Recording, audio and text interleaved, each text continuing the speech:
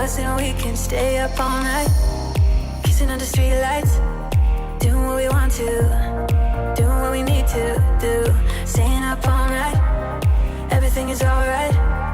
Oh, I wanna be with you, oh, I wanna be with you. Let me be that someone who can hold your hand. I don't even know if you can understand how you make me feel. I got you in my head. Oh, I wanna be with you, oh, I wanna be with you. Let me be that someone who can hold your hand. I don't even know if you can understand how you make me feel. I got you in my head. Oh, I wanna be with you, oh, I wanna be with you.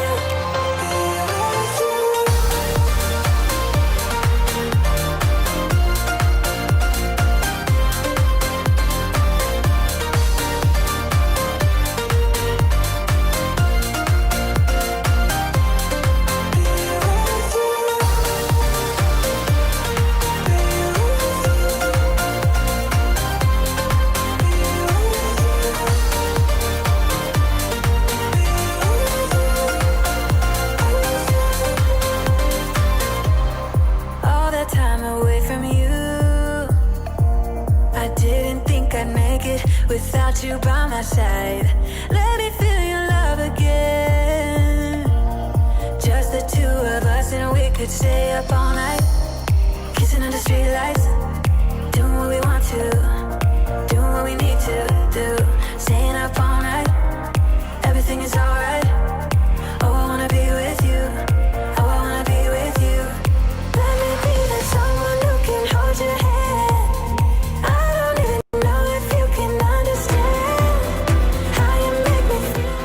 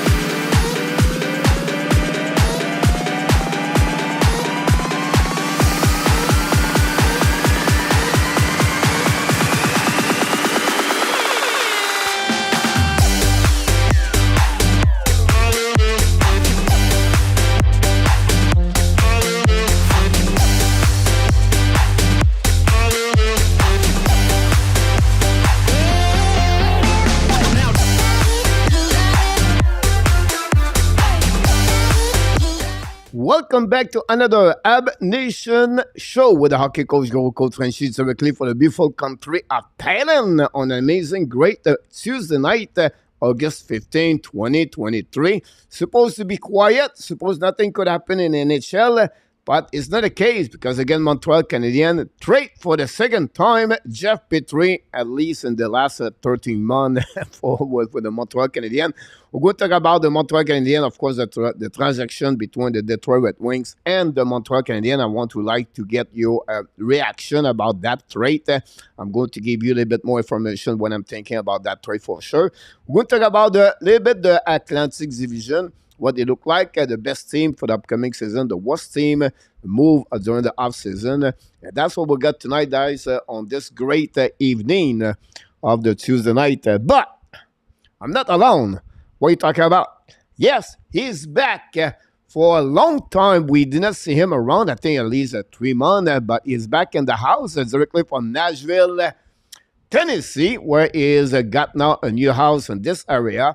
And of course, he was with me at the beginning of this adventure of the Hockey Nation Live Show, guys. August 25th at 2020.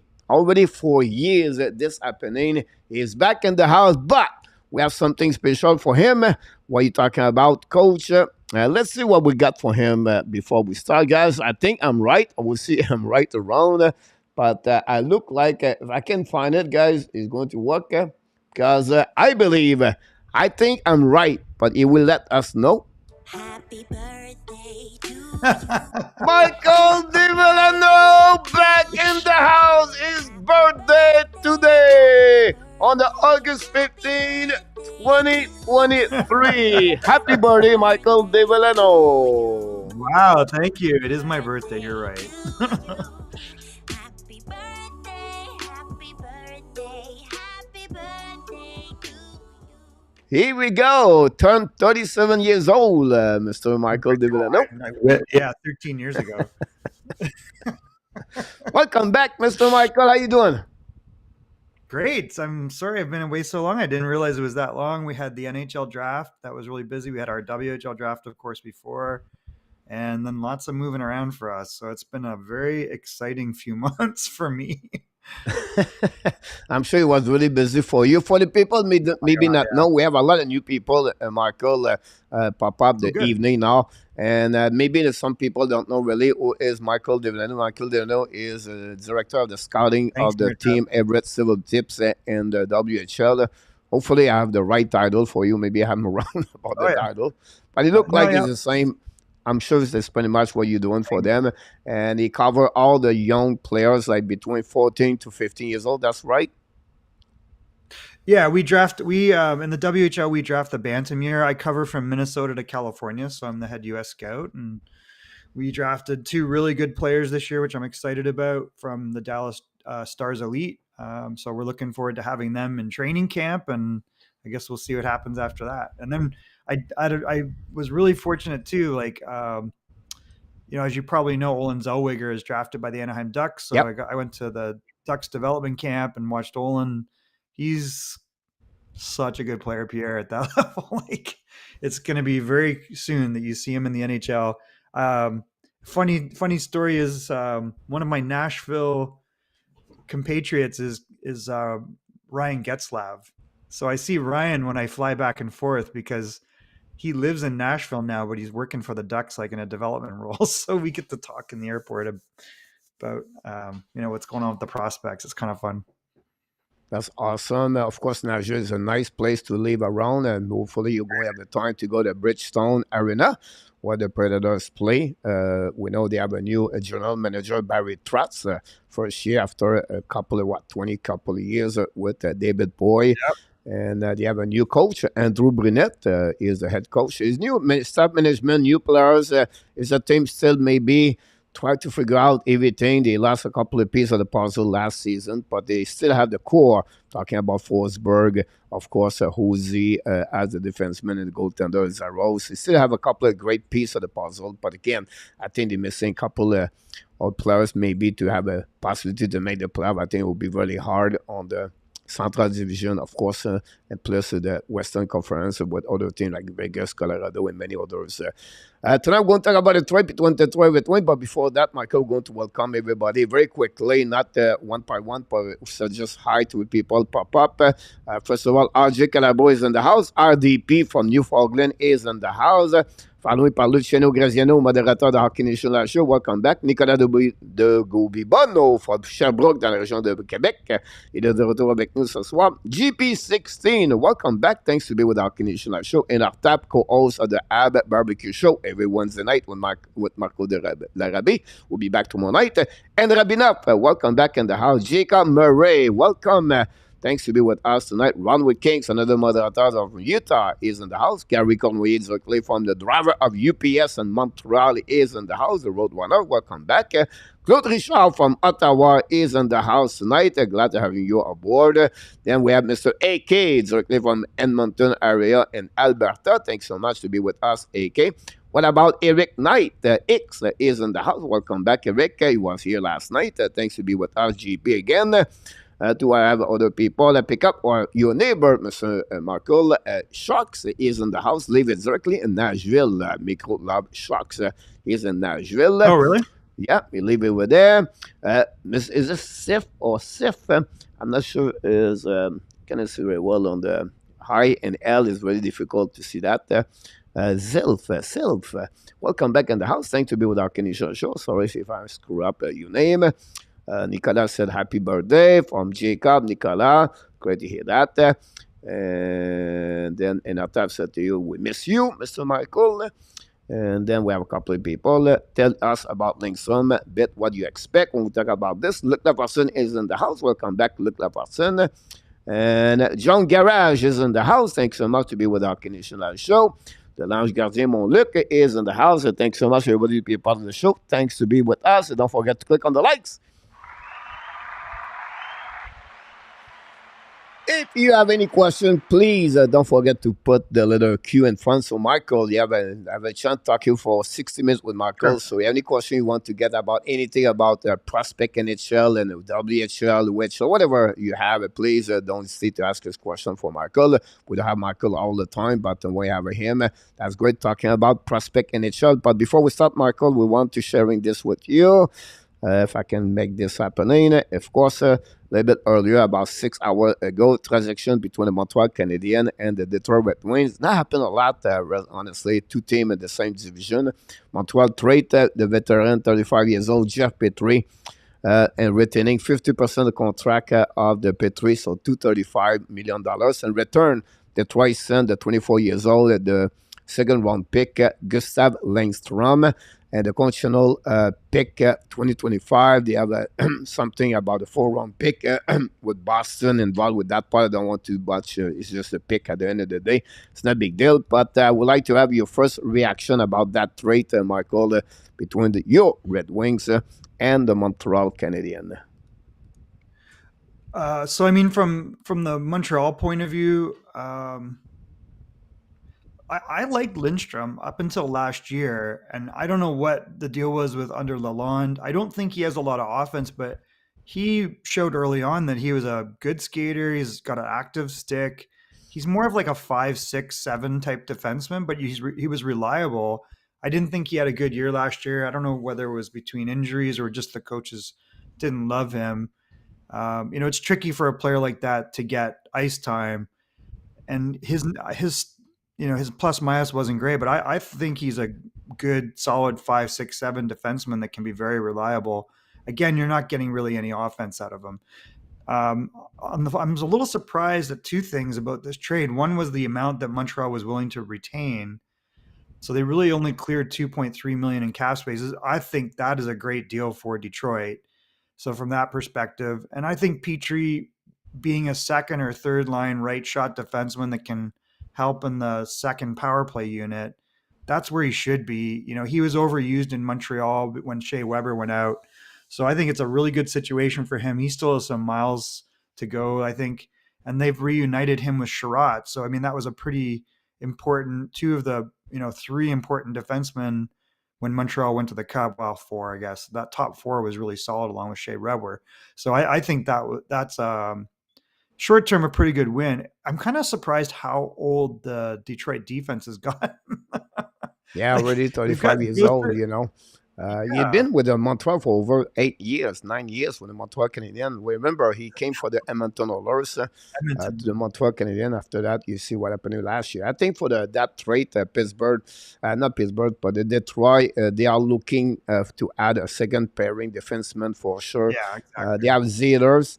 They got Justin Holl. What I'm very surprised they got him. But on the right side, it was not. They don't have a lot. If you think about Lindstrom, it was more younger defenseman right there. So I think that will stabilize this. We know they have a Cody Bichier, but still, I think at some point, Jeff Petry would bring something on unit number 2, and then that will, for me, also relieve some pressure on Maurice Zeders. At some point, I think you have a guy with experience like Petry who helping a little bit Zeder to a different situation and during the upcoming season for Detroit Red Wings. So on the flip side for Detroit, this is a good deal to get a 35 years old, $2.35 million. They have a money on their salary cap anyway. And then Petry can get 40 points he can score 5 to 10 goals if he's really used properly. Yep. With the Detroit Red Wings.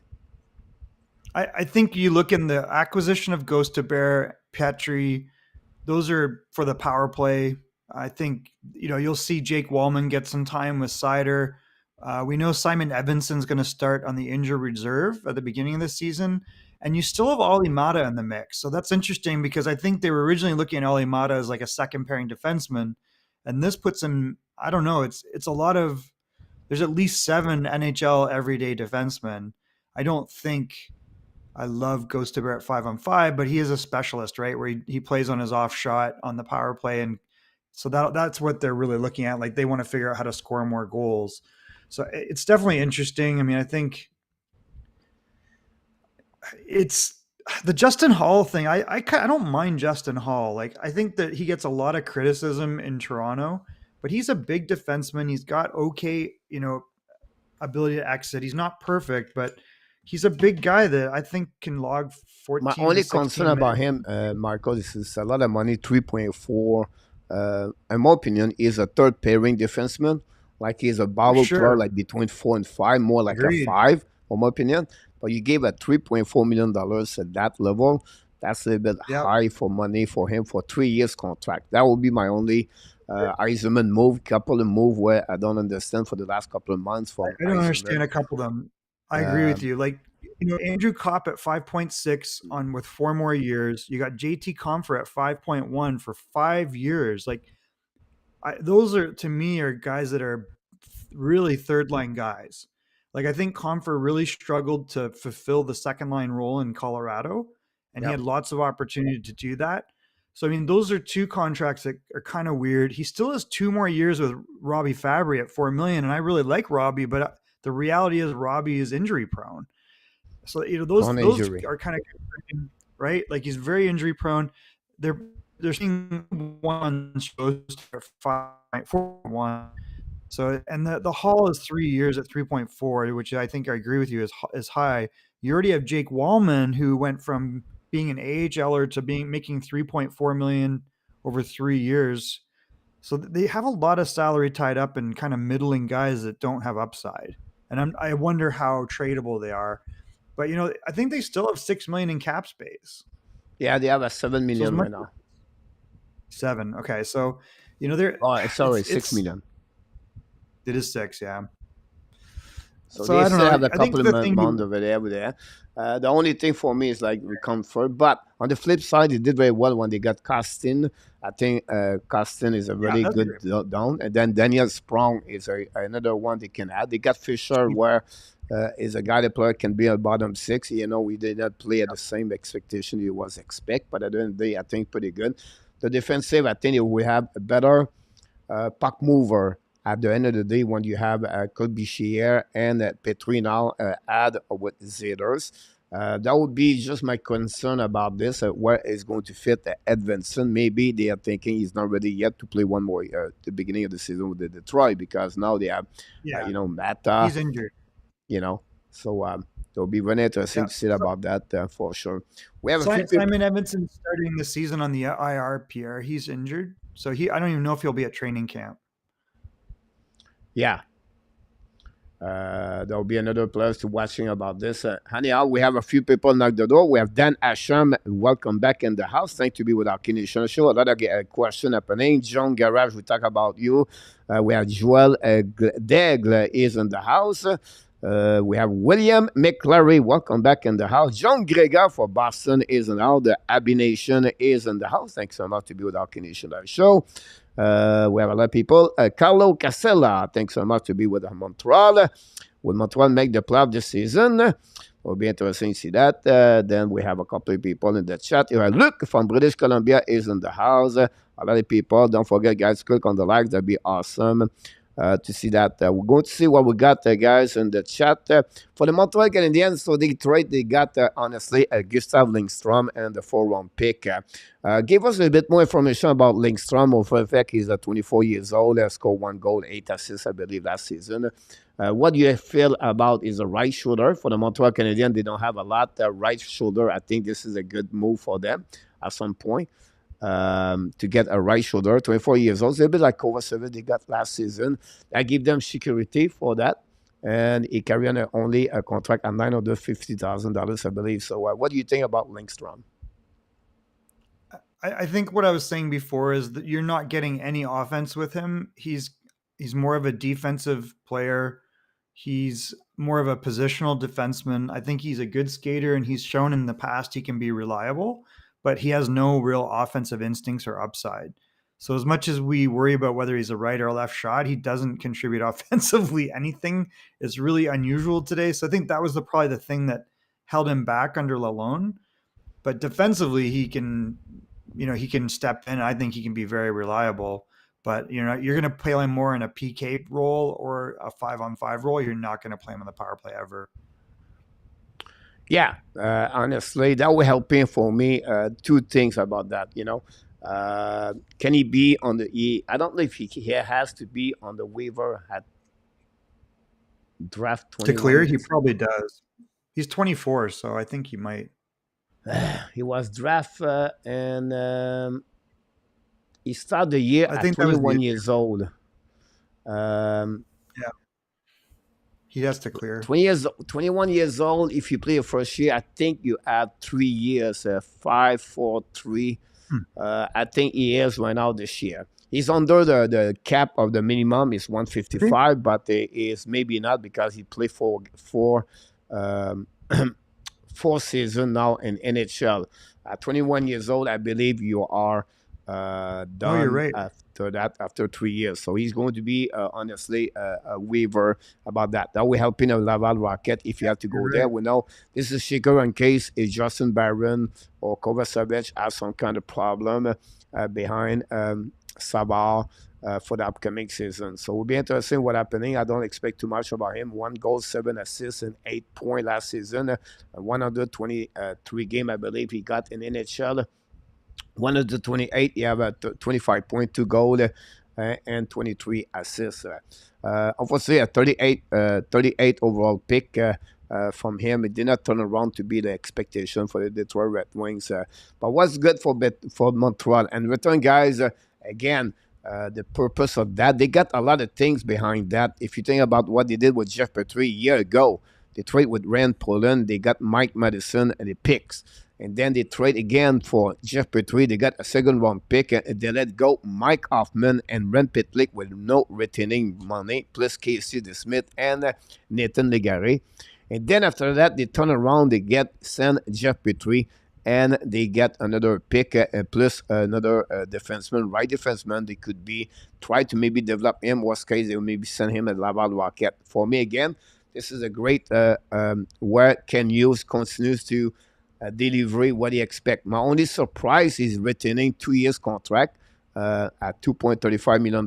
They have enough money anyway to control that kind of money, but still, I was a bit shocking to see that. At the beginning, I thought he's going to go that way. Then I changed my mind. It's rare he does it, but he looked like he was not worried about that. And finally, that's what happened with the trade for the Montreal Canadiens. So at the end of the day, this is just a good asset to add in the Montreal Canadiens to get another picks, and they get a young prospect. Well, you never know. It's still young, Michael, at 24 years old, as a defenseman. Some baby, they develop a little bit later. I'm not saying it's going to be permanently a player in the NHL, but you need to have some kind of players in American Hockey League. He did very well with the Grand Rapids Griffin in American Hockey League for the last couple of years. He played over there. So this is what about that trade. It's not a major. But it's just a case for the Montreal Canadiens. A lot of people in the chat ask a question, want to see a little bit more about this, but I think that's what we overview that trade between the Montreal Canadiens and, of course, the Detroit Red Wings. We'll see what we got in the chat, Mr. Markle, before we move on. A lot of comments left and right now. We'll see what we got there. Zeph Lekab is in the house. Welcome back in the house. So Pittsburgh is full of the anchors. Habs Nation, does that mean they gave up on Barron? Not allowed. I think at the end of the day, he's not the same caliber.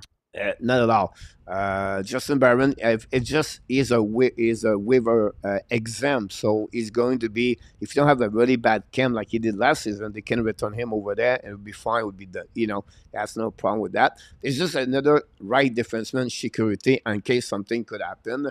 And let's see. You remind me a little bit, Michael, a little bit what happened with Matthias Norlander. I don't compare both players. I'm comparing their adventure from the Sweden to move in the, in North America.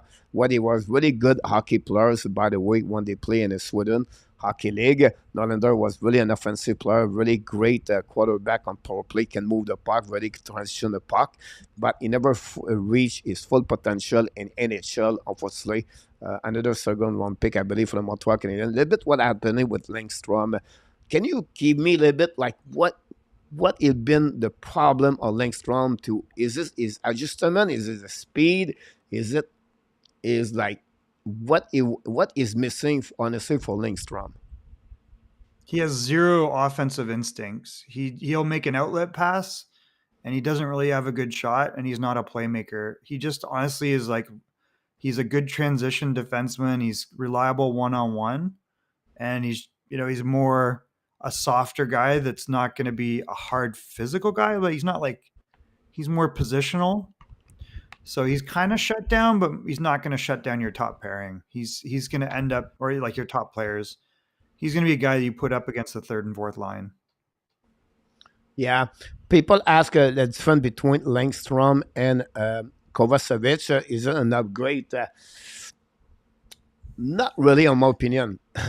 I don't think he's he's a tougher guy, isn't he? That guy, like, well, Kovacevic is a little bit bigger, right? That's a good, it's bigger, good right? thing about that.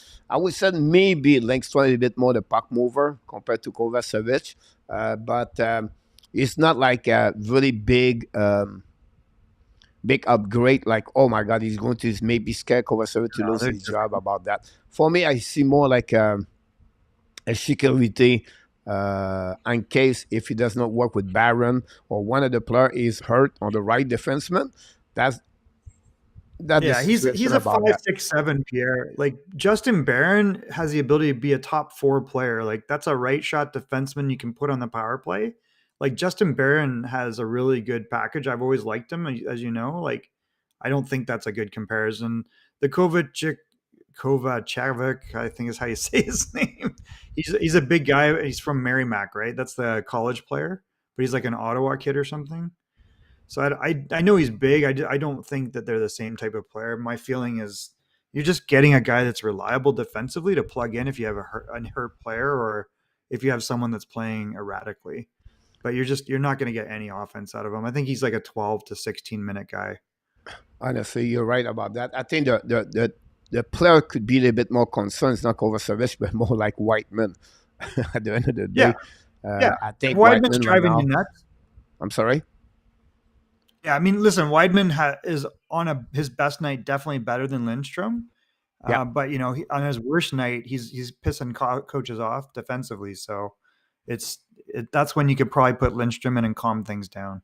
The second thing I would say, of course, if ever, I don't say it that way, but if one rookie player like Jekai or Harris or one of them are not full recovery for the injury last season, or they feel like maybe they need to start at the Laval, but they are waiver exempt, and that would be another way they can make some kind of move. And I said they have to do it. I don't say it will happen, but this gives them another card on their hands to make some kind of move if it's necessary, if they feel like this is the way to get for the benefit of the players and for the Montreal Canadiens. So that's pretty much what we got on that one. A lot of people comments in the chat. Barron waive, not a chance. No, Barron is a waiver exempt, so he could be returned Laval Rocket with no problem. It's not going to be waived about this. So I don't know who opened up that door about this. Was not drafted by the new GM. Also, was not traded for by him either. I don't hold on much hope for Byron. I don't think so. I think Byron's going to be a really good hockey player in the NHL. He's only 22 Yeah, years old. I don't want to compare it that way, but I feel similar. Michael, I don't maybe. I'm sure you remember Evan Bouchard. Evan Bouchard played with the Oilers. I know Bouchard is a draft at the top 12 in the NHL, but they are similar. Both right defensemen, both have a great slap shot. They are not too much physical. Bouchard is not like really difficult, really, physical, like a really tough guy. But I feel similar between both. I know Bouchard a little bit better overall, but I feel like Barron could become that kind of player for the like a Bouchard as a second pairing in NHL. I mean, Evan Bouchard to me is a top 3, and I think to your point, Barron could be a top 3. I feel like that Bouchard is a bigger player with a bigger shot, and he's improved his skating a lot. Barron to me would have been drafted a lot higher in his draft year, but he had a concussion, I believe, that year. So I think that there was some question. That's the only reason he fell to Colorado in the draft so far. So I think that's a good comparison. Yeah, I don't know. I think that Justin Barron should be a top 4 in the NHL. I was surprised when he started in the AHL last year. I guess he didn't have a good camp, but you saw quickly when he went down, like he turned it around incredibly quickly and he was back up. Yeah, absolutely about that for sure. People ask about the salary cap, what a Petry, but how much money they save. Remember, Pitlick at 1.4, I believe he was, and then Hoffman at 4.5. That's approximately $6 million.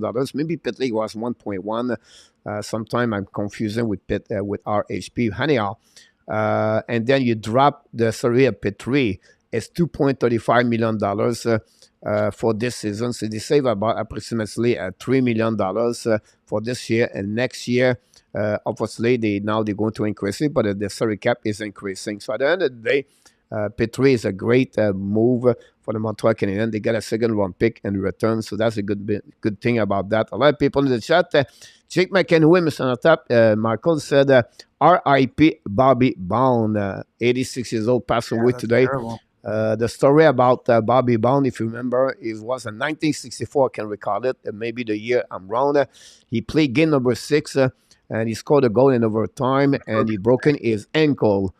And for game number 7, he had to put his foot in the bucket to freeze the ankle, and he played game number 7 with a broken ankle.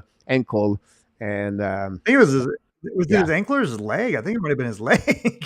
Yeah, so that's happening about Bobby Bond, about this 86 years old, obviously, RIP for that. Welcome back, Jake McEnway. By the way, thanks so much, guys. So don't forget to click on the like. Don't forget to click on the like if you don't mind. And, ask a question, Q in front of that. That'd be great. Actually. I want to share it with you. One more thing, guys, is about the ad can use genius and the men. So we know what they accomplished Ken Hughes for the last 18 months as a general manager. He did a very good job overall with many traits. Look about Jeff Petry for Mike Madison, and look what happened with Jeff Petry return in Montreal. I can go with the trait of Kirby Doc, 13 overall pick, and I can go all the way with Sean Monahan and the trait for Shea Weber, and I can go to many ways. Since the beginning of his journey with the Montreal Canadiens, Ken Hughes accomplished an amazing, great job. I call him the genius at this moment with the Montreal Canadiens. But yeah, under the side of the game where the man, and the man I'm talking about has been an agent for 20 years. You know the kind of relationship between the players and the management and, of course, the agent. He's been there. He did a really great job with Patrice Bergeron. I can name many other players. But the story behind that, what I'm trying to bring to you guys, is the story behind Jeff Petry and Ken Hughes. He started last season when Petry was not fit very well. He was really upset about Dominic Charm. He was really in a bad mood, and he was really negative about everything around him. And he had a really bad year. They want to have a dinner together. Jeff Petry Ken Hughes. They sit together, and they're just sharing life. They're just talking about life. They're just talking about family, everything like that.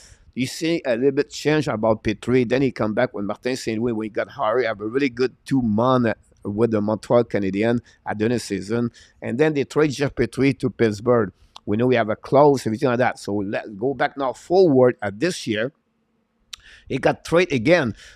Kenny was shocked to see Petry did not cover the Montreal Canadiens on his clothes. So he started talking about with the Pittsburgh. He see a benefit to get a second-round pick in return and open. The biggest thing behind that, Michael, it was the fact he could slide Hoffman and Pitlick to open up 2 spots easier for RHP, Islanen, or Enneman, whatever, he could get that spot. That's the reason behind the trade for Jeff Petry at the beginning. The second-round pick just helping them to get something. But at that moment, after the trade was done, Jeff Petry called, Ken Hughes called Jeff Petry right away. It was a Sunday morning, and they talk each other. And the Jeff Petry said, look, he said, in 2 weeks, in 3 weeks, my 4 kids go back to school.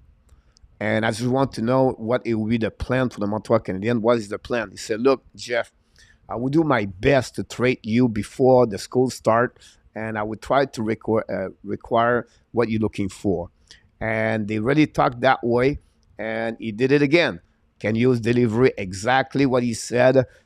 He gave, a location where you cannot ask for more. The Detroit, where his family was born. His dad was the pitcher for the Detroit Red Wings. He was born over there, and the family is the Petry. This is the best thing happening, Jeff Petry. My point behind that, Michael, is this is going to be all around the league. Like when I'm talking about the treatment of what Ken Hughes did versus Jeff Petry. Maybe it's not look big at the eyes of the people in the chat right now, but as a hockey players, and when you have a family, and when you have things like that, it's really important to figure out the security. Another example, Casey Smith, his wife right now, I don't know he got a baby right now, but she's pregnant. If she posts the next couple of hours or days to get a baby, this is another big event on his life, and then he does not know what's going to happen with him too. So again, Jack, Ken Hughes continues to have those kind of conversations with the Smith.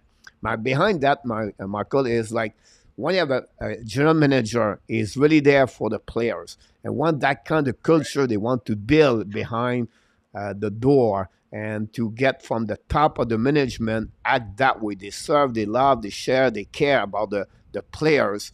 But this is a really big impact, and this is going to happening in the future. Is going to attract players as a UFA or player want to play for the Montreal Canadiens at long term.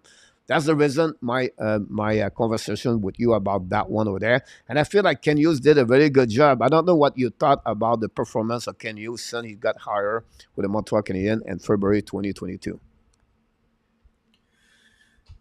I think there was some eyebrows raised at the draft.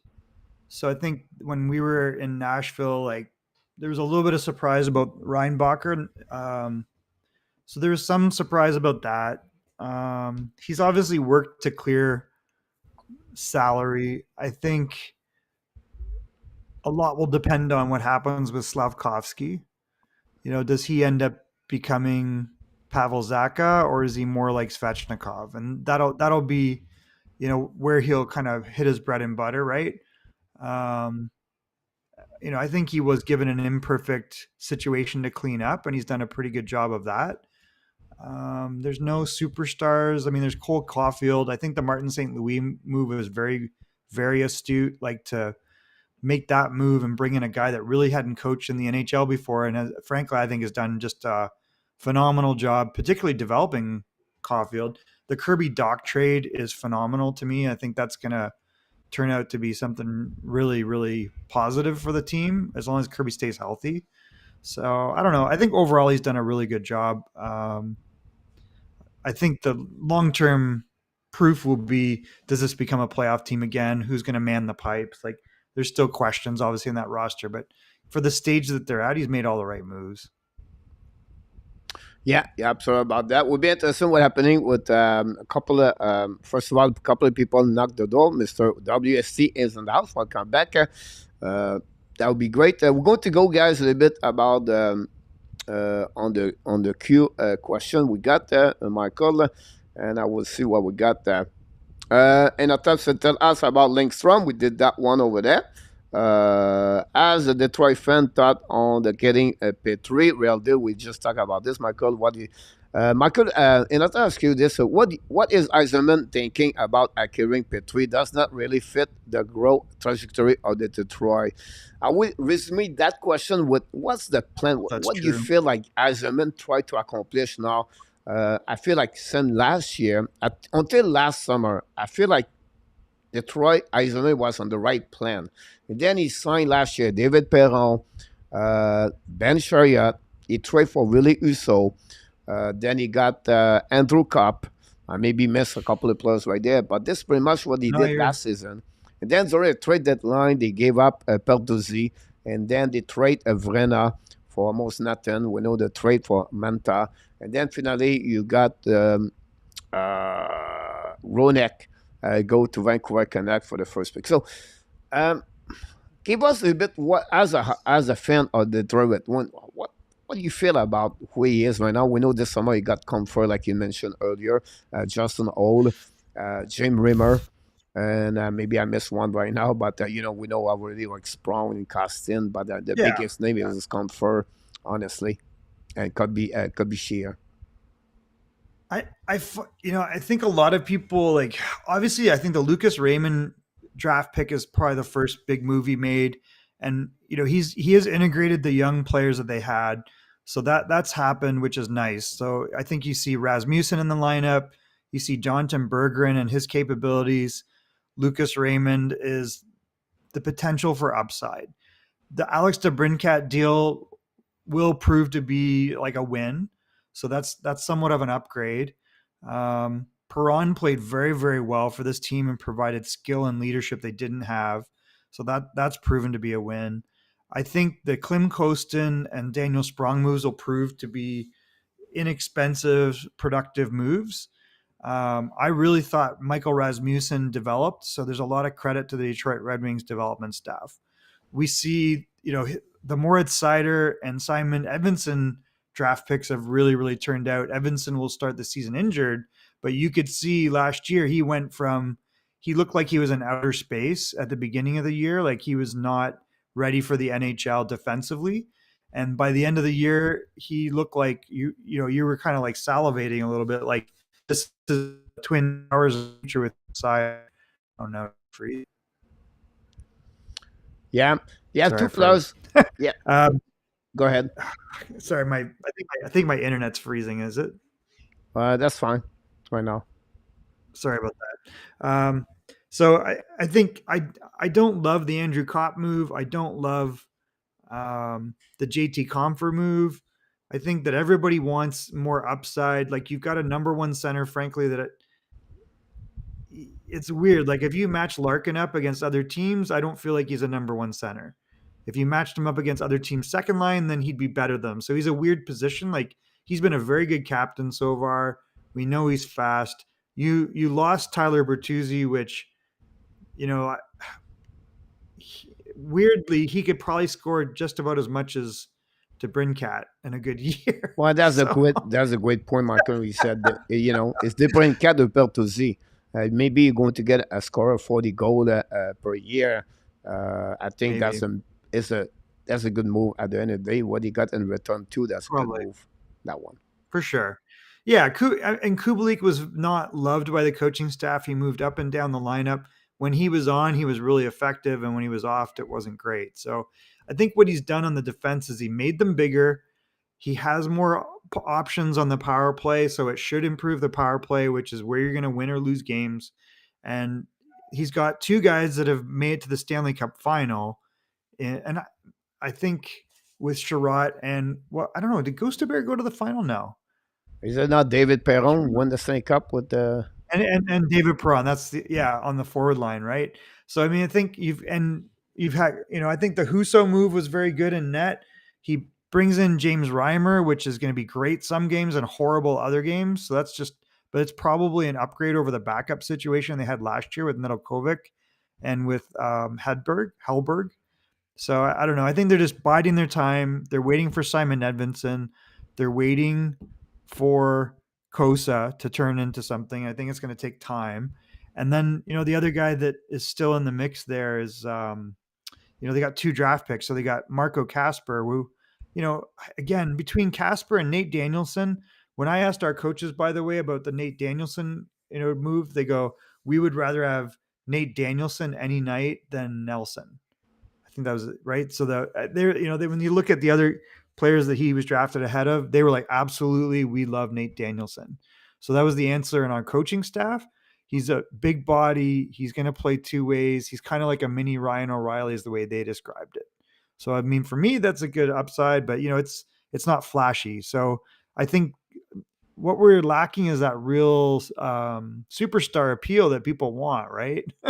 But, I just don't know if they're going to make the playoffs still, Pierre. I still feel like that they're like maybe they'll get 88 or 90 points in a full good season. And then, it's still a big question mark, like who's going to be the star of this team in the future. Yeah, I'm sorry about that. The two ex-players, the two new players could join at some point, Soderblom and, of course, Edvardson. They are the really two the biggest prospect they have right now, close to make the NHL for upcoming. Will be interesting about that. We know it did not turn around to be bad, a very good Kosa selection right now. Sebastian Kosa for the Edmonton Oil King played most of his time last year with the East Coast Hockey League. There was not a good news compared to Wallstead. If you compare, but you cannot be perfect, Michael. The draft, you never know what could turn around to be good. But still, like you just said, Danielson, Casper, and they have Wallander as a defenseman and the future right there. So it's really interesting what happening. They still have a lot of pick for the upcoming next season. So a couple of more questions we got for you, Michael. How do you see the trade good for Detroit? We just talked about this, Michael, which we'll go to the WHL a bit later. Michael, what the action of the Petry, the Wings, Detroit is all now? You thought about this, William McClary. I think we get that answer about this. Michael, no team in the NHL over the last 7 years has lost more games than the Wings. They have, I believe, 50 draft pick last 5 years. However, they have never draft in top 3 since. Don't know you thought about this one. It's really weird, but if you go back and you look at the team, the year that they, you were like, oh, I hope they win the first overall pick. Lafreniere goes to the Rangers, and Raymond is better than Lafreniere. Tim Stützle is better than Raymond. I almost feel like those guys would go 1 and 2 if that draft was redone, and Lafreniere would not be in the top 3. So I think in the end, he worked out in that draft. The Moritz Seider deal was a steal. Simon Edvinsson deal is going to prove to be a steal. I guess where, they just had no talent before Pierre. Like the skill level on the team was very, very low. And that's what their focus has been, to try to bring in more skill. But I feel like the guys are graduating and you're running out of room to have that real upside. I really am hopeful for Michael Rasmussen. Like he's a big, mean player with really nice hands, and his skating is now like above average. And I worry that they've put in guys like Kopp and they've put in guys like Comfer. And I hope it's not the case, but just based on salary and commitment, like, do they play those guys ahead of Rasmussen, where I feel like he's just on the verge of he could be a really, really effective second line centerman. And you still have Joe Veleno in the mix, and he's played really well. I mean, I don't know. It's hard, though, to develop offensively when you're not getting the opportunity, but he's a guy that you can put with skilled players. And I think he's shown that he's able to score and he's able to make guys around him better and do other things without the puck. So I guess that's the only concern. Like, will these guys reach their full potential with limited ice time? But overall, I mean, he's probably improved the team, Pierre. Like, the defense is probably better than last year. I think that's what we're going to see. But, it's not younger. It's definitely not younger. But they're bigger. And after I ask you this question, what is move along with the older defensemen done to buy Wallander, Edvinsson, and Tuomasito, and Vero time to better develop? Well, and there's Johansson as well. And I think you're right. Like Simon Edvinsson, I don't think anybody's going to hold him back once he's healthy. He's going to be better than anyone that's on that team other than Seider. Like he's very close to Seider in ability. And we saw that last year, like his ability and willingness to step up and his ability to skate and get back, his sheer size. He's like 6'6", and he started playing physical. So he's going to be, that's really for sure where your upside is going to be. Like those two guys could really anchor back there. And I don't think any of these guys like Petry or Wallman or Sherrod are going to, like Sherrod was terrible last year, Pierre. Like he was not good. And Mata was very reliable, and he had a little bit more offense than traditionally. Just not the right spot, Michael. You cannot play on the right spot. It's exactly, I said to you, like if you are supposed to play on the third line and you bring him on the first line, it's not going to work. Correct. Right? Same thing with Chariot. You try to put him at the first pairing, it's not going to work. He's not there. It's a third pairing and barely a second pairing now. So I think the good news for that, I look about the cap friendly guys, is could it be shared? And then you have Mata and Petry. And the next 2 years, all two will be gone. To open up, Michael, a spot for the rookie Yeah. like Edvinson and other Wallander possible or any other going to join the Detroit. They could sign a player at some point as a right defenseman or maybe a player like a high level to reach that level with Zeta or whatever it is. So I think Detroit, they are still not ready for the playoff, in my opinion. They're But not. I don't think they need some turnover at the next 2 years. I don't like the second position. I don't like the second center. I don't think so. Confer a cup or the second center. Like I'll prefer to get Kirby Doc over them if I compare. But correct. would be interesting to see that for sure. Then we have N. Rabinov, the question. We got that one over there. The Q of the WGP. Michael, please share our thought on the Pittsburgh Penguins for this channel. What do you think about overall? You know, we saw about Jeff Petry and then came for the Pittsburgh Penguins. Before that, they made the trade with San Jose, Eric Carlson, and they lost Michael Granlund and everything like that. What do you feel about the Pittsburgh Penguins for the upcoming season? After the off move they did during the season, during the off season, Carl Dubas, general manager now over there. Mike Sullivan still over there, but you have still the core, right? The Letang, the Malkin, and the Crosby. They signed back the goaltender Travis Jarry, where I always knew from you, you have really high you really talk high about Travis Jarry. Wherever he play, he's already been a good goaltender. Obviously for him, hip injury, some kind of injury last year put him backwards. But what do you feel about the Pittsburgh Penguins for the upcoming season and the move they did during the summer? So they brought in Riley Smith, they brought in Lars Eller, they brought in Noel Asiari, Pitlick, and Nieto for the fourth line. You know, they still have Reichel, Gunsel, and Rust. And Crosby and Malkin both, as I thought, had very, very good years. So I think there's a lot of miles there. If you look on defense, the top four right now is Ryan Graves, Letang, Peterson, and Carlson. That's absolutely better than what they had last year. You're not over relying on Petry, and I think Peterson's an underrated, big defenseman who's reliable. He had a really good year last season. Yeah, he played very well. And then Pierre Oliver Joseph, a lot of people don't know this guy, but he's a big defenseman that's young, and he's as a third pairing, he set up pretty good. Very good. So I think if you look at that, that's all improved over last year. That's a better lineup than last year. You got the same coach, who I think is a very, very good coach. The goaltending situation it really boils down to this whole team to Jarry, though. And we saw that last year when he was not well, this team could not really perform consistently. They had to deal with that. So no matter who was on the rest of the team, they really rely on Tristan Jarry being good. And his backup is Nedeljkovic.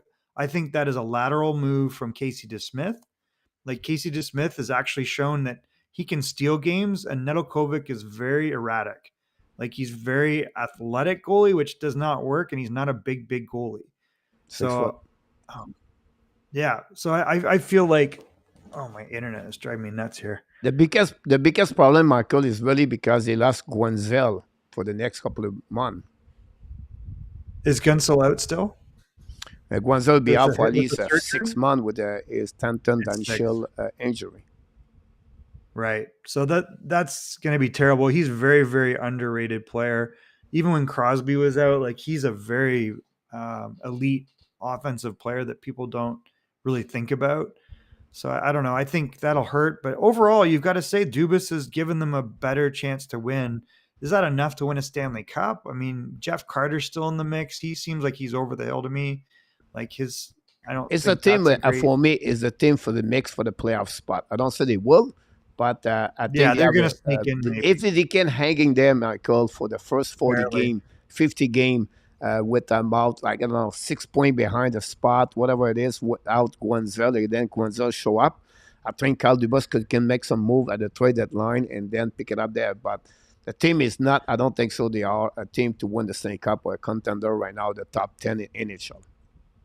No. So if you look at what's happened, New Jersey's only gotten stronger. Carolina continues to be very strong. The Rangers really underachieved in the playoffs, and they made an aggressive move coaching wise, and they look like they're going to continue to get better. Boston, if anything, they've lost the top two guys that really propelled them, and they traded away one of their two goalies that I thought was very good. Tampa, like we saw in the playoffs, that there's a little bit of edge off that. So now you got behind you, like you got Florida, which could be a bubble team again, or they could be really good depending on their health. So Pittsburgh really does have an opportunity here to be a wild card or a bottom of their division in the conference. You've got pressure from Buffalo. You've got pressure from Ottawa, I think. I don't have a lot of faith in many of the other teams that are going to push them that much. But I think if anything, you'll see Boston drop down a little bit. You're going to see Tampa drop down a little bit. And I think you're going to see Toronto drop down a little bit. I'm not convinced that Toronto really improved that much over the offseason, if at all. Like maybe it's kind of questionable to me. So I think there is an opportunity for Pittsburgh, but I don't think they're blowing anybody's doors off. And you know what? You have a lot of risk with Erik Karlsson, Pierre. Like aside from last year, this guy has been consistently injured. Yeah. Like last year was really weird. Like it's like, oh, he's having a career year. Sometimes when you're really motivated and you want to get the hell out of somewhere, you play really well. They say, hey, play really well so we can get rid of you. Because he knew like, oh, $11 million, he's not justifying on that. So getting 101 points and actually having to play a full year, does he repeat that? I really don't think so. No, I think if he got 80 points with Pittsburgh, it'd be good enough. Oh my God, if he got 80, that'd be like insane. Like I bet you he drops down to 55, 60. Oh yeah. I don't know. He might not. I feel play like I feel because Le Tank is going to be less used now, TY, because he's health. I feel like that's a good point. Going to pick it up there. But I think the reality is like, how does he overcome a history? If you look at his history of injuries, like it's been kind of crazy, hasn't it? Let's just take a look. Maybe I'm crazy, but I thought I was under the impression that he played 50 games, 52 games, 56 games, 53 games. So that's like he never played. That was the first time he played more than 56 games in his career in San Jose. We'll be interested to see that. We have a question for you about what you thought about Alex Newhook. Newhook draft 16 overall pick when we were in Vancouver, if you remember, just after Cole Caulfield 2019. And what do you expect Alex Newhook for the Montreal Canadiens? We know he got trades during the offseason for the 31st, 37 overall pick. Newhook is a player, guys, really interesting. If you don't look about this, he's a player came, Michael, from the BCHL.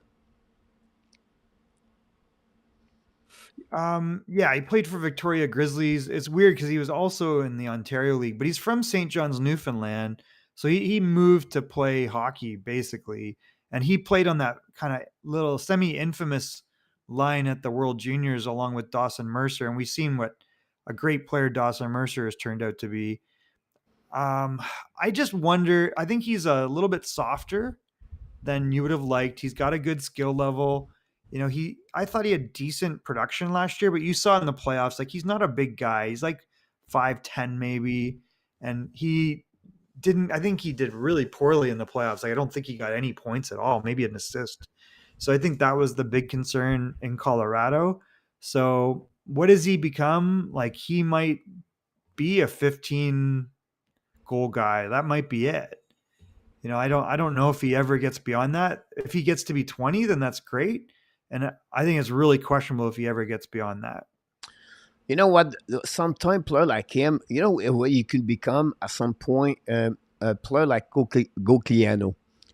Gogliano was a really great player in the OHL, right? He have a really good career in offensive. Sometimes players turn around at some point at 24, 25, 27, where they try to say, wait a minute, I'm not going to score 20, 25 goals, but I can become a player really utility in the lineup as a short-handed goal players, like, play more the defensive side, more go do some kind of role, specific role. I think because you have a really good speed. So because I just bring this because what you just said, if he's really limited at 15 goal, player figure out, and that's Andrew Gogliano, that's what he did. And I don't say I compare him what they are, but I just feel like if he could become that kind of players, I think could be a good asset at the bottom six.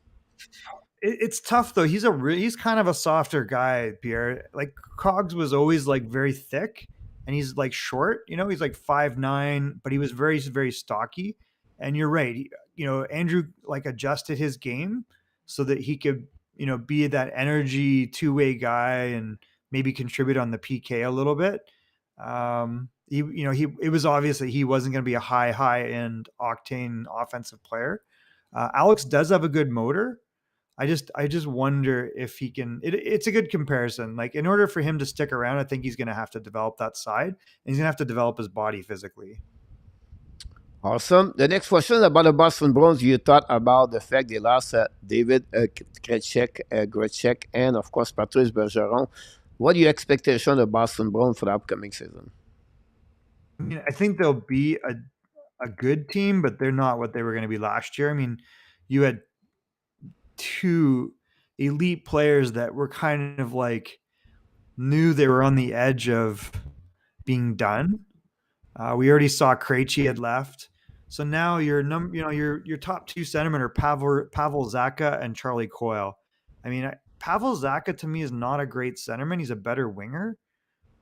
He's capable of playing center, but that's a big step down. Like, they added JVR. JVR has historically been not, how do you put it? He's a one-dimensional player, and now you're counting on him to be a top two-line guy. I don't see that.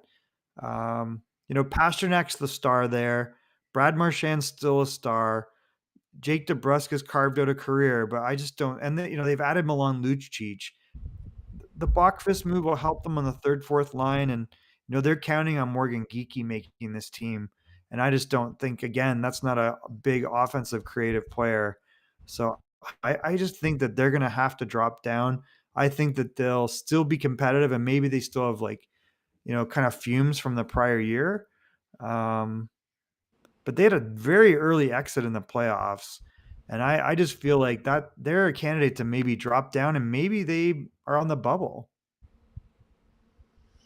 Yeah, they still might be. You know what I feel, Michael? I said yesterday, I feel like Boston could say, you know what, we're going to keep Zacha and Coy, and we're going to go that way for 1 year. Yeah. And we're going to be in transition. Next season, guys, they lost about 12 players. Like Jake DeBrusk, and they lost about, I would say to you, about approximately 12 to $13 million. That's what they lost. Like, they're going to get on the. So next season, 2024, Michael, they have a lot of great players. I'm talking about Matthews, Stamkos, Nylander, Reinhardt, Guanzel. They have a lot of great UFA. I think, if you think about this way, what I said, you know what? Let's play. If we make the playoff, great. If not, no big deal.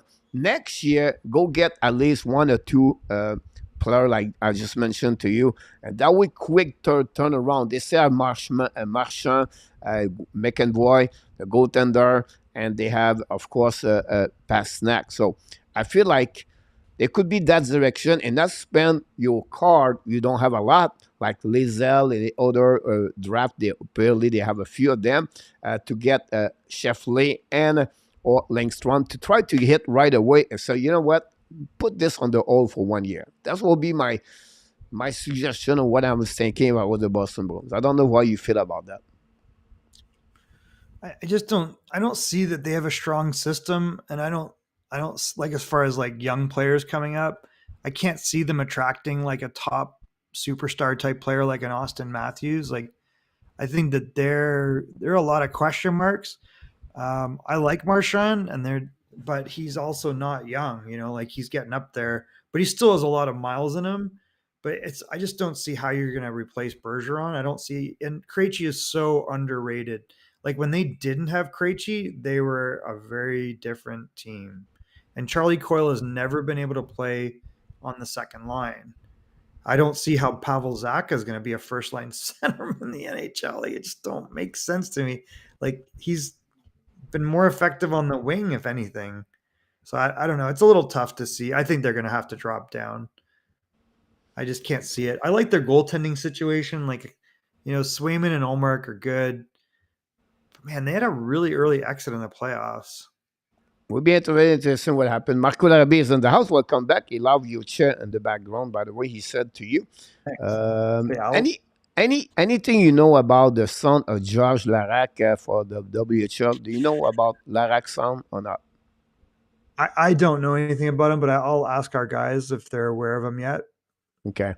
So they look like about this. Martin Bazinet brings something, guys, and I would like to hear you from for your point of view because you're a scout in WHL. He said, "Talk about the Q. Most general manager of the NHL go for the OHL or the WHL first, but in my mind, who won the Memorial Cup in the last four edition QM? Look at Joshua Roy.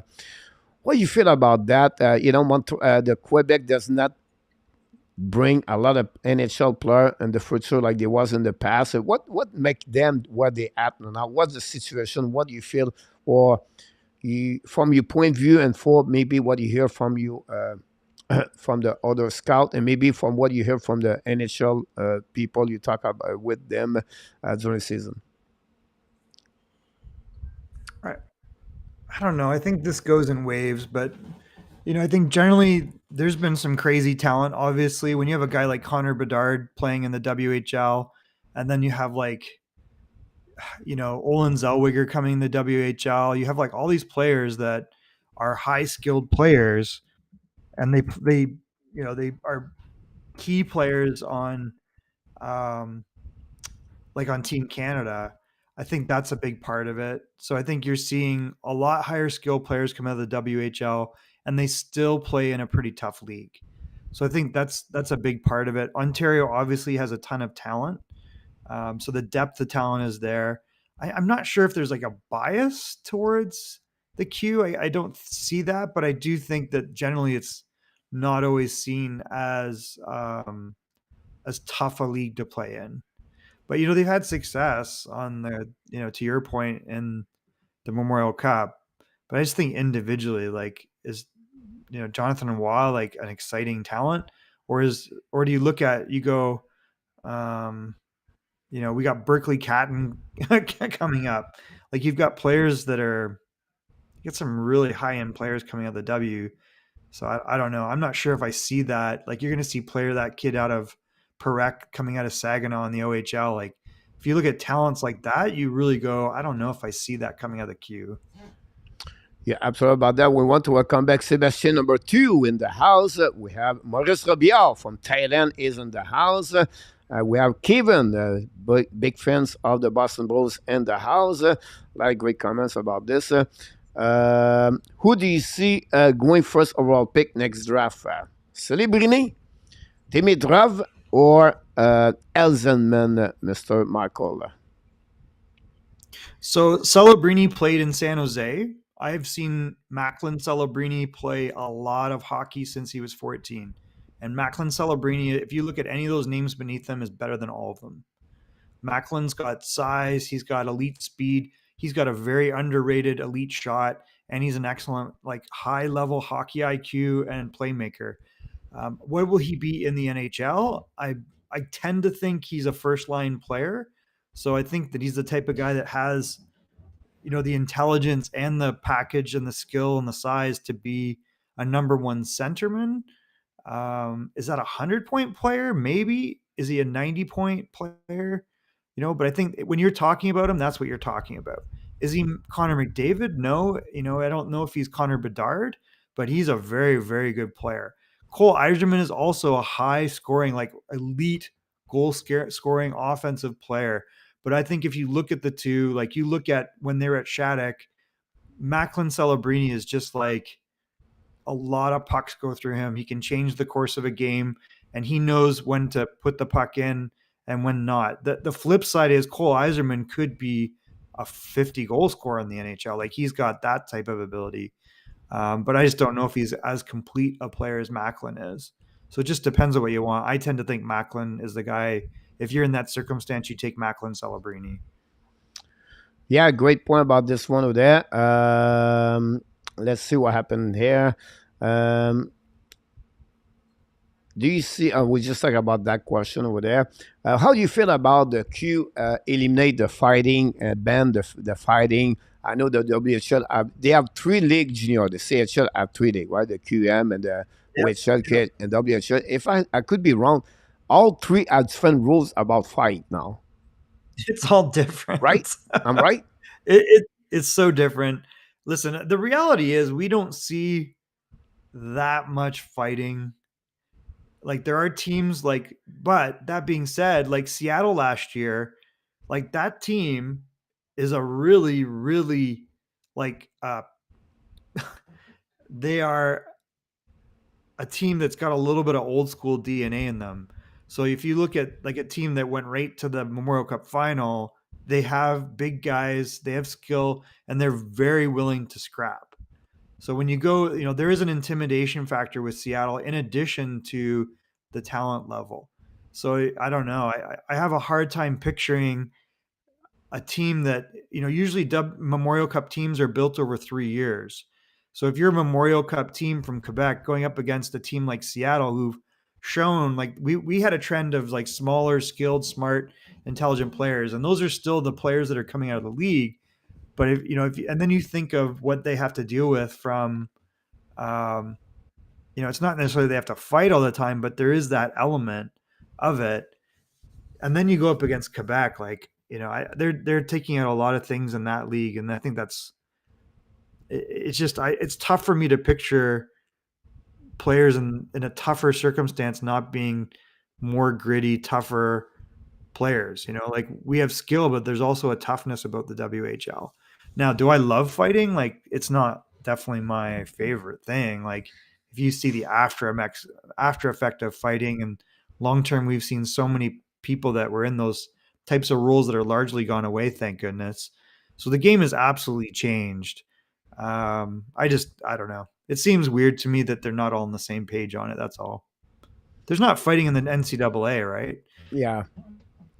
What You know, happened? they're Can I ask developing. you, Connor Bedard, what are your expectation? First goal, first 3 game, and 5 game. And what are your expectation? Will be a good year for Connor Bedard with the Chicago Blackhawks. I mean, I think if he has a 55, 60 point year, that'll be really good for him. His upside is absolutely phenomenal, but he is a 5'9" player. He works really, really hard off the ice, Pierre. Like he is physically very fit and strong for his size, but he is not a powerful physical player. So I think for him, no matter what, it's going to be an adjustment. He's gonna have probably more heat on him than he would if a Patrick Kane or a Jonathan Taves were there. I know they brought in Taylor Hall, but I mean that's not, to me. It'll be okay. It's not going to solve anything. Like Taylor Hall is a hard time staying in the lineup, right? Like, so I think, I don't know. I think if he gets through the first year without any major injuries and he has a 55, 60 point season, that'll be a phenomenal year for him. He might also get 35, 40 points. Yeah, Eventually, he's going to be an elite player, though. He is like a superstar. I think so too. How you feel about? I know it's like we're in August, but if I ask you which team going to be last in the standing, Chicago, Anaheim, San Jose, Philadelphia.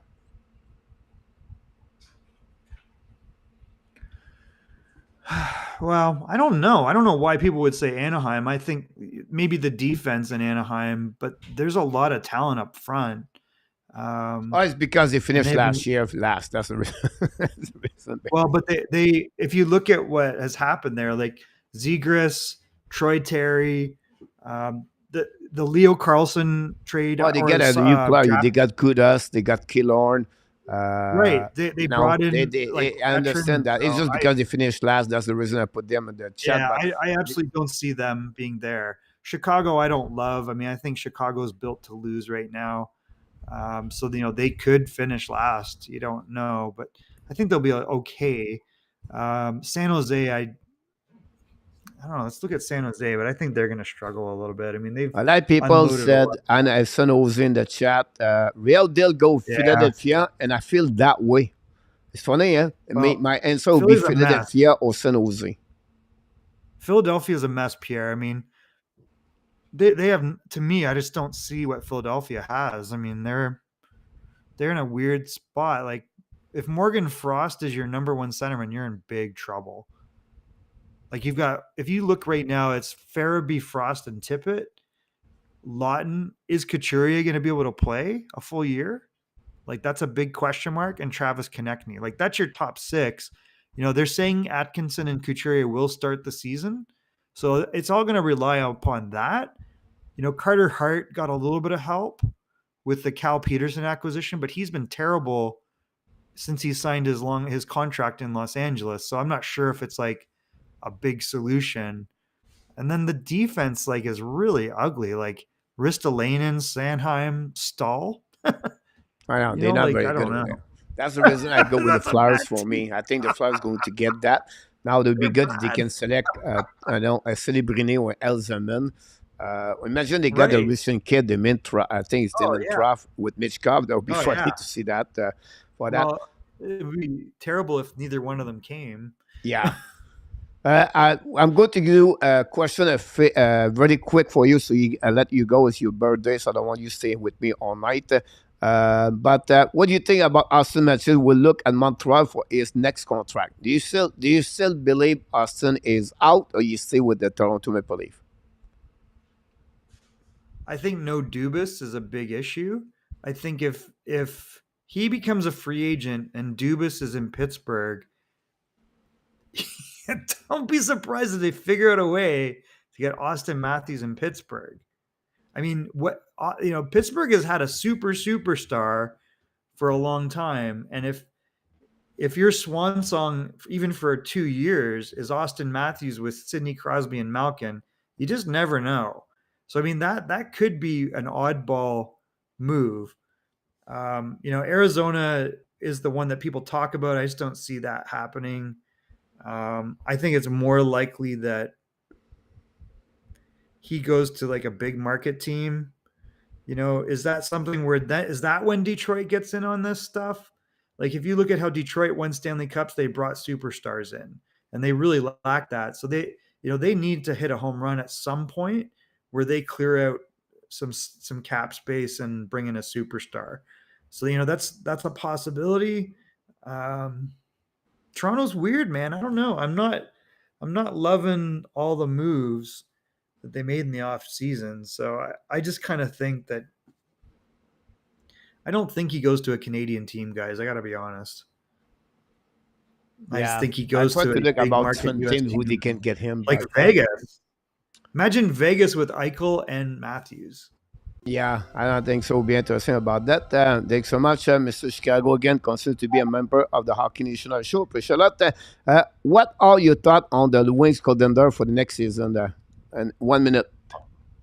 On the wings. I mean, I Yeah. really like Husso. Reimer is probably an upgrade over Hellberg and Nedeljkovic, so that is fine. In the end, neither one is a superstar, but Husso is capable, I think, of playing 50 games. So if Reimer can come in at 25, and then they got to figure out is Kosa going to get any play this year? Is he still on the outside? Like he looks really skinny, Pierre. Which may be okay, but I think he's still a ways away. I mean, he's got to still make the AHL. It's really unlikely he's going to go from the ECHL to the NHL. So I just think he's a couple years away. So is it an upgrade over last year? Probably. And then they also have Alex Lyon. So that's the other guy. So Alex Lyon could really help out there. Like if they can get 45, 50 games, give 20, 25 to Reimer and the balance to Lyon, that might work out really well. Awesome. Adam, welcome back in the house. He talked about what do you feel about Vegas next year? What are your expectations very quickly on 30-second Vegas next season? Yeah, I mean, he didn't play all year. They pulled a Kucherov move, right? So I think he's banged up, but I mean, they might be okay with that. They don't probably care. Yeah. They showed they have the best defense in the NHL. You're absolutely right about that. I agree with you about this. Will be interesting what they're going to see. They go through without him. The case for him is really the situation with Marchessault for the upcoming year. The conversation about him. But again, I feel like Vegas is going to be a solid team, a top 10 team, and possible top 5. Would be interesting too to see Adam Hill. Sure. Question for Marco: Ask you, what do you think about the Montreal select David Rebacker? Maybe over Mitch Cobb, or do you feel like it was too early? Where you think Montreal should go with other direction with Ray Leonard or any other players? So our European scout thinks Reinbacher is 1 year away. So he says that he believes Reinbacher is, he's got decent offense. He's a good defenseman. He looks like he's in terrible physical shape. Like he's like not a physical specimen. He looks like a 6'2" Gumby. But that being said, he was very convinced that he would be in the NHL within a year. So from that perspective, it will prove to be a safe pick. I don't know if he has upside to being a top two. I think he's more of a number 3, 4, but you can play him on a second power play. And he's hard to play against defensively just because he's got an active stick and he's a good skater. So I think you got a very safe draft pick. I think passing on Michkov was like really scary to me just because the upside of a Michkov is Kaprizov. And that's what you're passing up. So like I think the other one that was weird to me was Arizona. They pick Simashev. Simashev, and so when I talked to Simashev's agent, they thought he was going 30th, Pierre. Like the night before the NHL, he said, "Oh, I think he might move up to 15." He interviewed very well, and his explanation was the kid is a phenomenal kid, and he interviewed incredibly well. He speaks English. He's very, very mature. He did play 19 games in the KHL. He has no real offensive instinct so far, but he's big. He's 6'5". He might still grow a little bit. But again, if you go, well, that guy's not going to be in the NHL for 3 years. Michkov's not going to be in the NHL for 3 years. He could become another Zaders. Our coach Dennis Williams said that as a comparison, and it's not it did get my attention. So it could be a cider, but I'm telling you that the night before the draft, nobody was talking about this guy. Like he was really not the top 15 for sure. The talk is maybe at some point 12, but it was not expected that. I think Daniel Butt, it was supposed to be in front of them. I think Arizona, because they have 2 picks. I think that's the reason why they go with him in case they're not going to be there at 12, so they don't want to take a chance. Correct. And I think that, to the kid's credit, he was shocked too. And he's represented by Gold Star, and I think they were shocked. Like you've never heard an agent say, "I was shocked he went that high." Now this is what they also said about Michkov. Michkov's agent is tied to St. Petersburg, and the way they described it, Pierre, is this. You saw what happened to him last year. He got buried, right? And they sent him to Sochi so he could play. And even though he is signed to 2 more years, I believe, or 3 more years on that contract, and they're already trying to sign him longer term. So basically they're going to let him start the year. He's going to play. And the way he described them is he said, they're gangsters. That's exactly what he said. That was his exact terms. And he said, they're gangsters and they will ruin his life if he doesn't sign. Well, that's happened with Kaprizov, right? Kaprizov signed 2-year contract, I believe. He came at 24 years old. Right. Like they already cornered the kid, Pierre. He's an 18-year-old kid, and they've already cornered him and or he's 19, right? So but if you look at the goalie, Fedorov. Well, that's another issue. That's a different issue. Oh my God, what was the other goalie? The Russian Askarov. So Askarov, the same thing happened to him, Pierre, and he switched agents. So he switched to Gold Star, and that's why he came to North America. They said, "Get the hell out." And they're Russian. Well, Michkov wanted to do that. That's the reason his dad, he was trying to break his contract to get out here. They get out there, and then he got found in the lake. The teams were very, very spooked, Pierre. Like it's not clear that they're gonna not screw him over. So All right. it's going to be interesting to see. Absolutely. Luke asked this question. Do you think players are drafted too young to see they have their full potential later? Do you feel No, like the NHL draft should wait at 20 years old or 19 years old? absolutely not. Absolutely not. You feel like it's the right age at 18? Absolutely. But you feel about the Winnipeg Soul. What do you think about the Winnipeg Jet? The Ice got sold and the WHL. How do you feel about that? So they've moved to Wenatchee, which is in Washington State. They basically there was a major controversy over that rink in Winnipeg, and it never transpired the way it was supposed to. They were getting minimal fans, and they had really good players, so they had a very good team. And they were just going to lose money and not have any fan support. So it boiled down to Wenatchee it's not a very big arena, but they've done a really good job. They have moved up. They had a BCHL team that is now folded. They have a nice rink. It's not like world class rink, but it is a nice rink, and they have good facilities, and it's a nice area. They brought in our former coach Kevin Constantine, which I thought was a very strange move, because one thing about Kevin Constantine, Pierre, that we had problems with was players not developing. He's a very, very structured, robotic coach that will win, but you're not going to have players that are drafted. And you'll have players like we had. You think about it. We drafted Austin Matthews. We drafted Tyson Jost. We drafted Seth Jones. None of them would come. So we had this issue for a very, very long time where the elite players will just opt out. Now we won, but then you look at the players that did get drafted, they absolutely didn't make it to the NHL. So I think the switch for us has been we're seeing guys like Olen Zellweger emerge. We're seeing guys that, like Gage Gonzalez get drafted second round pick. Like, it's totally different. And, we got Austin Roos drafted. Like, I don't know. It's a totally Winnipeg's loss and their own fault, like the city of Winnipeg. Big win for Wenatchee, and it makes our travel schedule not so bad. What do you think about Bedard to protect as a winger? Do you feel like he's going to be a better as a winger or center? I am having a hard time with this one. Like, he's such an elite talent, but typically, like I have a hard time picturing him matching up at center against like big, strong centermen, right? Like even against a guy, like he works hard, but he's not a big guy. So like you can see off the ice, he definitely puts in more work than the average player.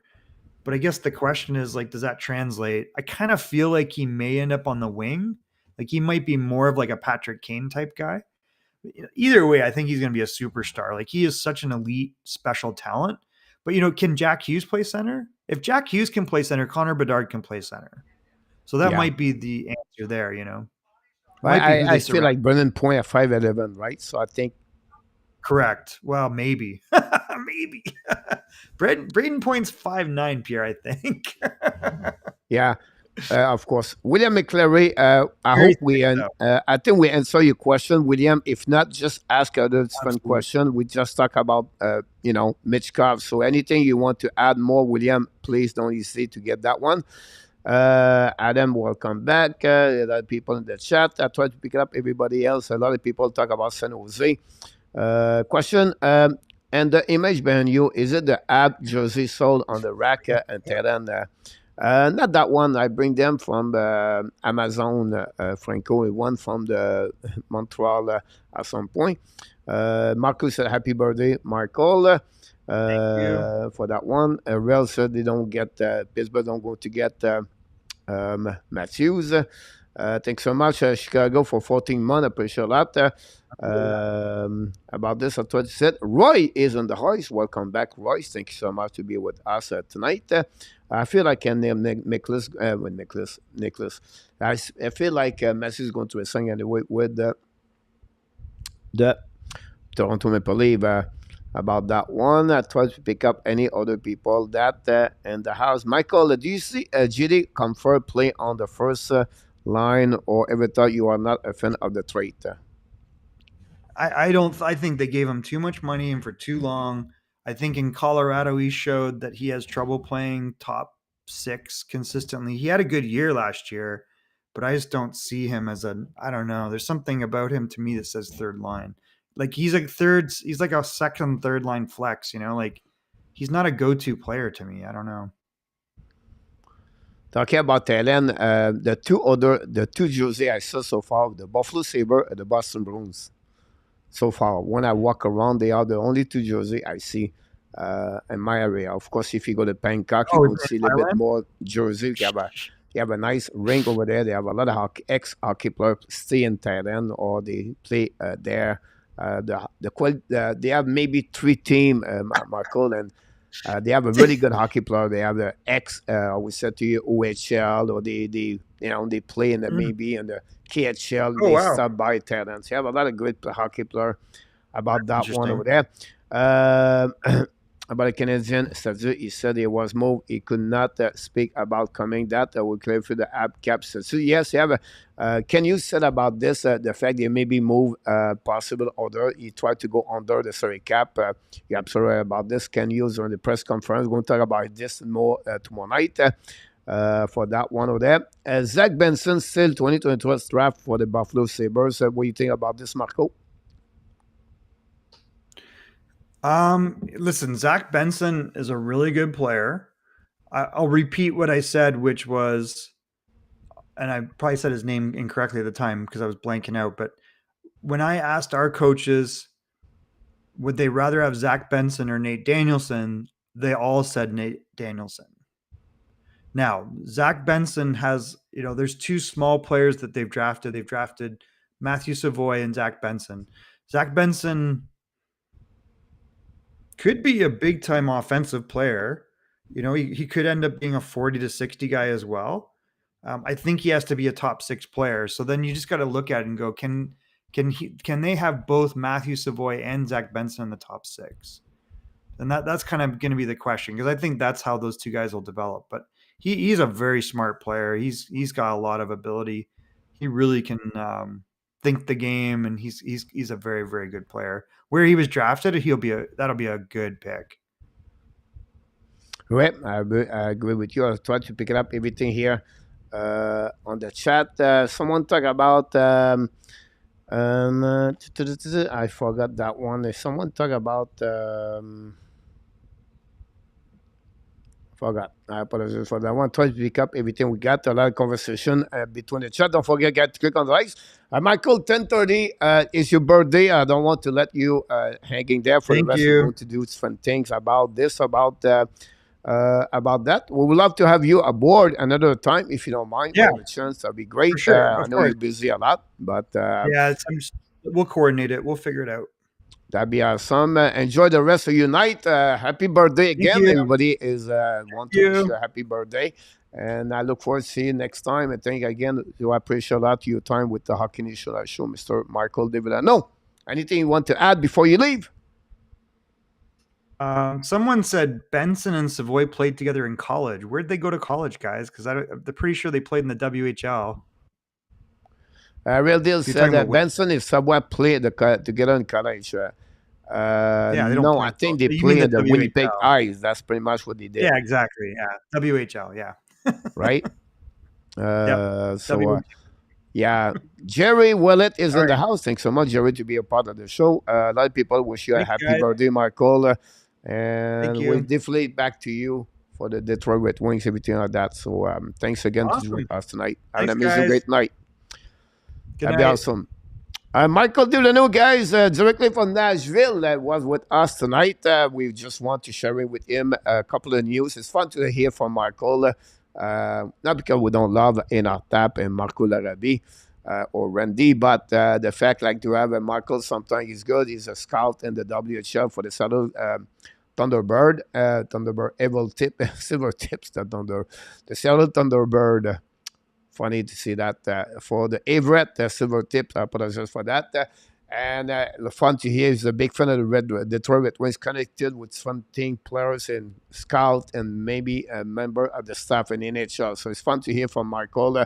Not always to hear my voice or hear my opinion on the chat tonight. What we got tonight, guys, at the end of the night, we're going to go to finish with that fun thing we do at the end is about the different game we got tonight.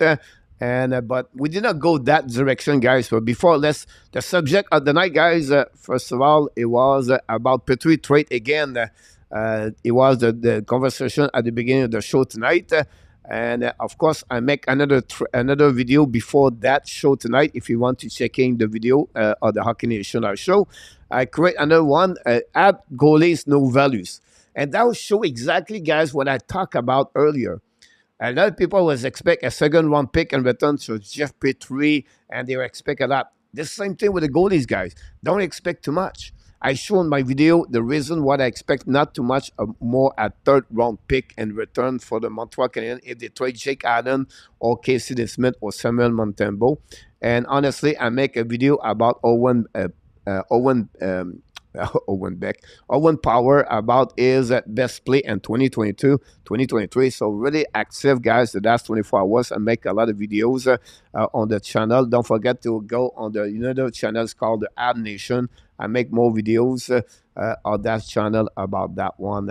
So that's happening for this. I will own my opinion on the trade, Marco, until tomorrow night. And that'd be awesome. That would be that. We look forward to hear from you, Marco, tomorrow night. And again, the trade between the Montreal, don't expect. We're going to talk about the goalie situation, but I don't see any values in return, guys, for goalies for the Montreal Canadiens. Don't forget to click on the likes. If you follow the channel here, guys, we have always the poll question of the day. And first of all, I'm going to remove Marco. Which Canadian player could be on the ES Sport cover in the next 5 years? The answer, most of the people, was Cole Caulfield at 68%. And I was going to make already I scheduled my pool of the day, guys. I apologize. I should talk about the trade, but I would be better that way. Samuel Montembeault, how many start next season with the Montreal Canadiens? Less of 35 game, 36 to 42 game, 43 to 50 game, and more to 50 game with the Montreal Canadiens for upcoming season. So will be this. You can answer this question, guys, every single day on the poll. Is get out at 10 p.m. Eastern time every night after the show. You can get there. 537 guys vote. Pretty good. We have a lot of people vote about this, and we appreciate for you take a time to vote on those polls. We got. Do we have the game? Would you like to play the game at Stack 2 or not? About that one. 40 for 43 to 50 for Luc Lafortune. Because you could package this Smith with a prospect to get surrender better, maybe ever a first pick. Not allowed. Not allowed. Not allowed. I would be completely disagree with you in our tap about this. Now, if your prospect is Caden Coley, I would be agree with you. Caden Smith, Jake Allen, and Samuel Montembeault have no value in NHL, at least not more a third-round pick. If you look about all the trade I mentioned in my video, guys, Ville Husso, Wedgwood, the only goaltender in the last 3 seasons got trade in NHL. It was at the trade deadline. Marc-Andre Fleury, he got a second-round pick in return. It was a conditional second-round pick, by the way. Yeah, no goalie value now in NHL. I apologize. Sorry, you don't get anything in return anymore. It's the new ways they get there. Most of the goalies are going to get, most of the time, I'll give you an example. Cam Talbot got trade for, before that, 1-to-1 with Gustafsson. That's the only way you're going to get. But if you expect a pick, first-round pick, a second-round pick, it's not going to happen. If you trade Casey DeSmith, Joshua Roy, maybe you're going to get a second-round pick in return. But this is the only way going to happen about this. Don't expect anything else about in return for that. Thanks so much, Marco. I appreciate a lot. I was blown away. Ken McCall was on the cover 2024. Cole Caulfield will score one of the goals next season. Kevin, best wish, Michael. Maurice said that about that one over there. Go my way. Pick about this one over there. I don't know. Do we go to Frenchy Quiz? Let's go Frenchy Quiz. We're going to skip the Stack 2 game tonight about that one over there. At least Kevin was stopped at 100. William McClary said that about this one. Then the game, guys, good night, was a funny game. It was David Ebersher, third round pick. GP talk about this will be one of the best team in the Atlantic Division Eastern Conference. Montreal could maybe fetch a second round. The other two not more than the third. I don't see so, guys. Samuel Montembeault. I don't know what you see right now, but guys,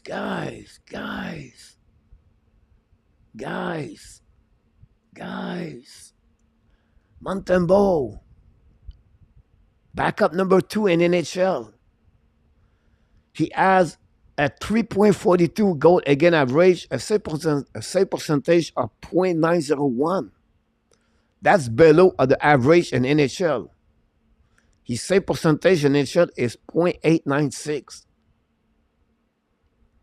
You're never going to get a second round pick in return.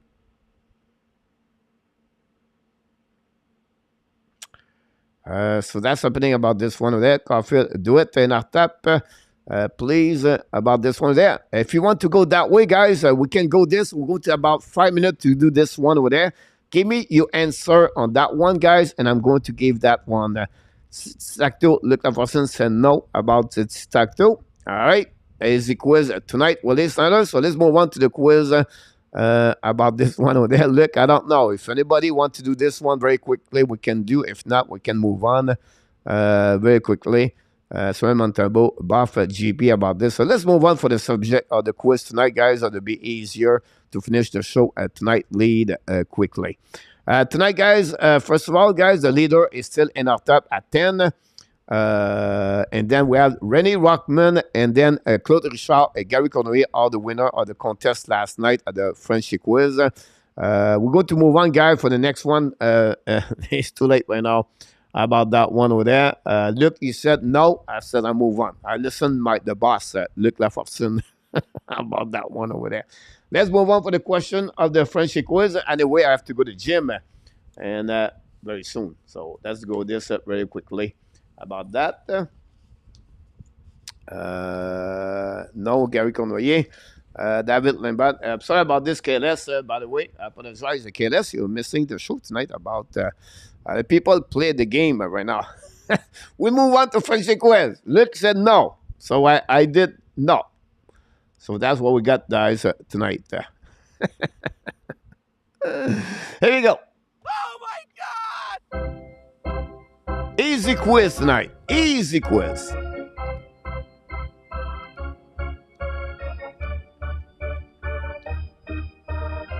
This one's for RDP.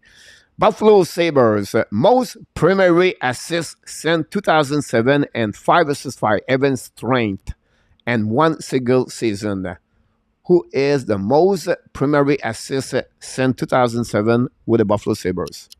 Brent Giota, Derek Roy, Casey Middlestad, Ramis Dahlin, or Sam Reinhart. The primary assists. Bring on the question, Sebastian. Go play, don't do it. That's Saito. I thought will extend 1 hour. They are at the gym, coach. Oh, yeah. We have to get the gym. Thanks so much, everybody. Thanks for being a part. Don't forget to click and like. Run, go with Sam Reinhart. Thanks so much, Ruth. Run quick on the gun to give us an answer. Do we have other people? Willie Snyder, Brent Gianda. Willie, thanks so much, by the way. Appreciate that.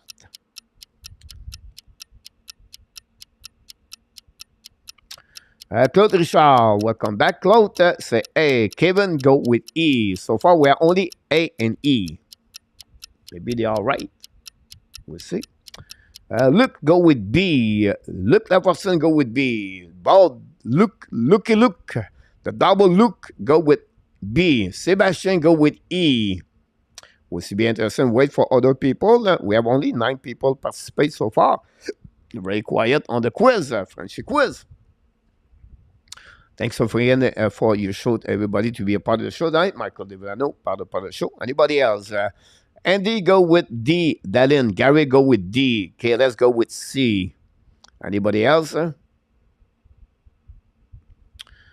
We got in our tap with A. Hey, coach, no cheese before the gym. No cheese anymore.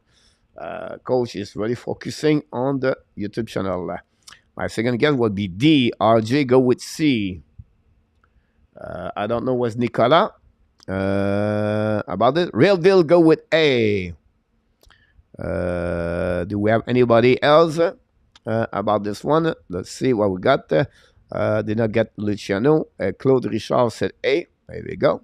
Here we go, guys. Surprisingly, I would ask Mr. Nartap the second option if he was. Oh my God! But he's not here with us right now. And the answer, guys, is surprisingly, really surprised me. Whoop. C is the answer, my friend. It was Casey Middlestad is the most primary assist. We have only KLS and RJ have a good answer of that one, guys.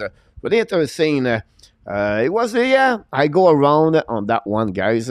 For that one, surprisingly, is Casey the Smith Middlestad. Congratulations. Question number 2 of the night.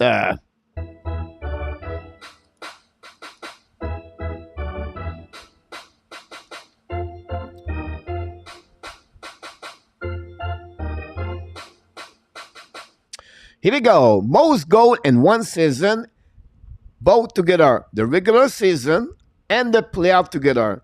Yes, the list below only.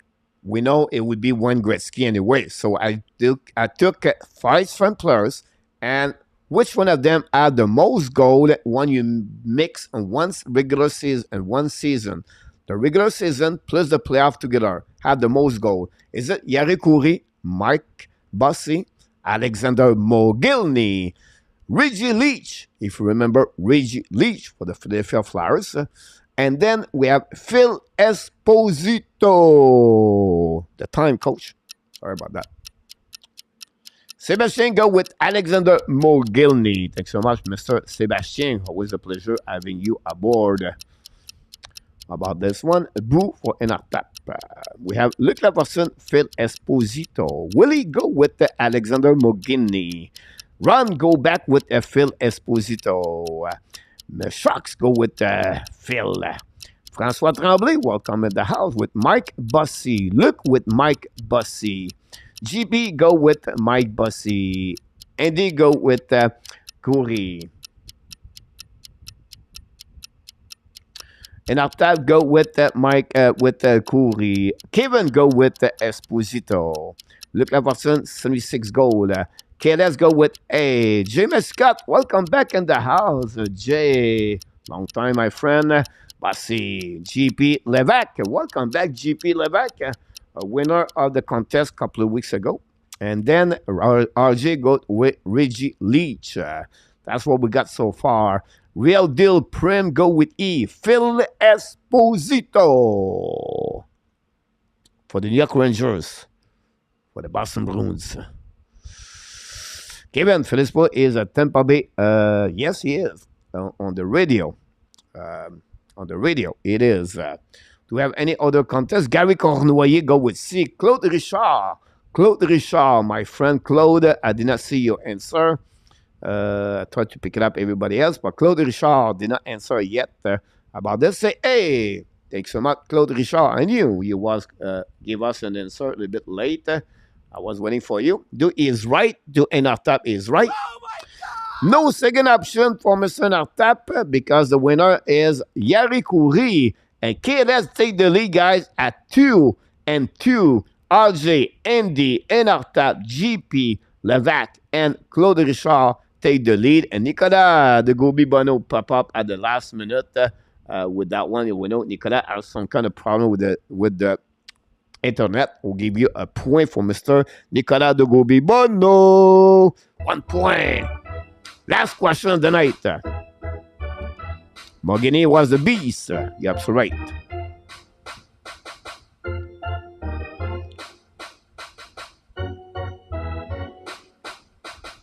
Last question of the night, guys. Most game play and career, including playoff and the regular season. You mix both together. Which player had the most game play in NHL when you put both together? Is it Patrick Marleau, Yagar, Mac Messier, Gordy Orr, or Chris Chelios? Here we go. Well, I like a mishcap situation, real deal. Well, I'm trying my best. Yes, no problem, Kevin. I expect it to be a bossy KLS. Excuse-moi d'avoir répondu en retard. Pas de problème, mon Nicolas. 48 like, guys. Don't forget to click on like. Willie go with B. Yagar. Gary go with E. Chelios. Then we have Claude Richard with B. J. Mescal with A. Marlowe. Ron Wikin with E. Real Deal go with D. Nicolas with A. Kevin go with Mr. D. My first guess was Yari Kori. Sébastien go Sébastien go Yagar so far. We'll see what other thing. We wait for the answer. Sébastien what Yagar. And Luc Lafontaine go with Chelios, the cheaters, cheatag. How about this? Wait for AK. Luke go with C, and after go with C. GP Levac go with A. Okay, let's go with C. About this one over there. And then we have Luke with C. Andy go with C. There we go. And do we have any other people, guys, on this one over there? Will be interesting about this one. Oh my God!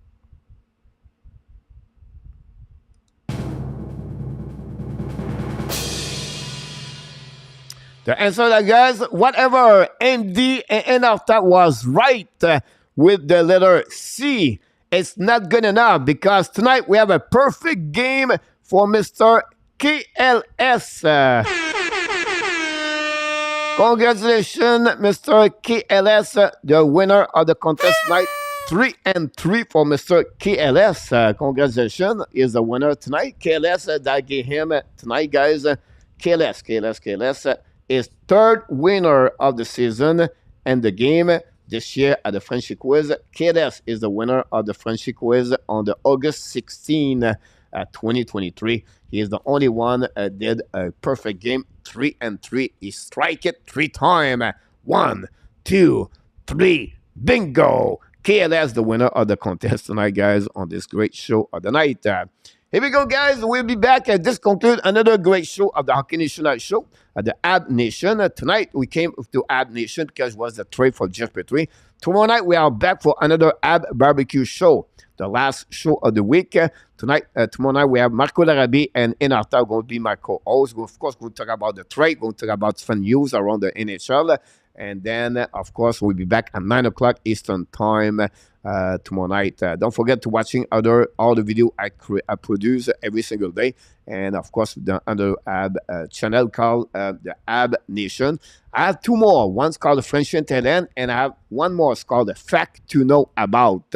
That's all we got tonight on the great show. And thanks, Michael DiVillano, again, to be my co-host of the special night of the Habs Nation. Until the next time, guys, we want to remind you this for you. You are awesome. You are amazing. You are the best. And remember, you have greatness inside of you. Here we go, my friend. Thanks so much, Jay, about this. Roger Delaney, Nicolas. J'ai fait dans mon frac about this one over there. GP, a lot of people, guys, we want to thank all the moderators. We saw Ron, we came. Welcome back, Ron 20. We miss you, buddy, during the off-season. Glad to have you. Another moderator with enough tap, and Luciano was part of the show tonight. What an amazing, great show. Hopefully you enjoy it. Don't forget, we are live Sunday to Wednesday, every night, 9 o'clock p.m. At least something else changed during the week on the Labor Day. After that, we're going to be more regular at the normal schedule for the year number 4 of the Hockey Nation. Here we go, guys. Thanks, everybody, all the people in the chat. You guys, you did an amazing, great job. A lot of questions, great conversation between Franco and Artap and many others, guys. A lot of fun. We appreciate GP, Sébastien, Luc Lafortune, Lange Gardien, the man of the men is in the house tonight. 03, Luc, you keep you straight on about that one over there. And, of course, ladies and gentlemen, we want to say one more thing. Be well, BL. Find a way not only dominate your day, but like you said, Nicolas or RJ or enough that. Find a way to dominate the second half of what? Your 2023. An amazing great night, everybody. Sweet dream. Remember, Hockey Nation said to you, we love you, friends. An amazing great night, everybody. See you tomorrow night, 9 o'clock Eastern Time.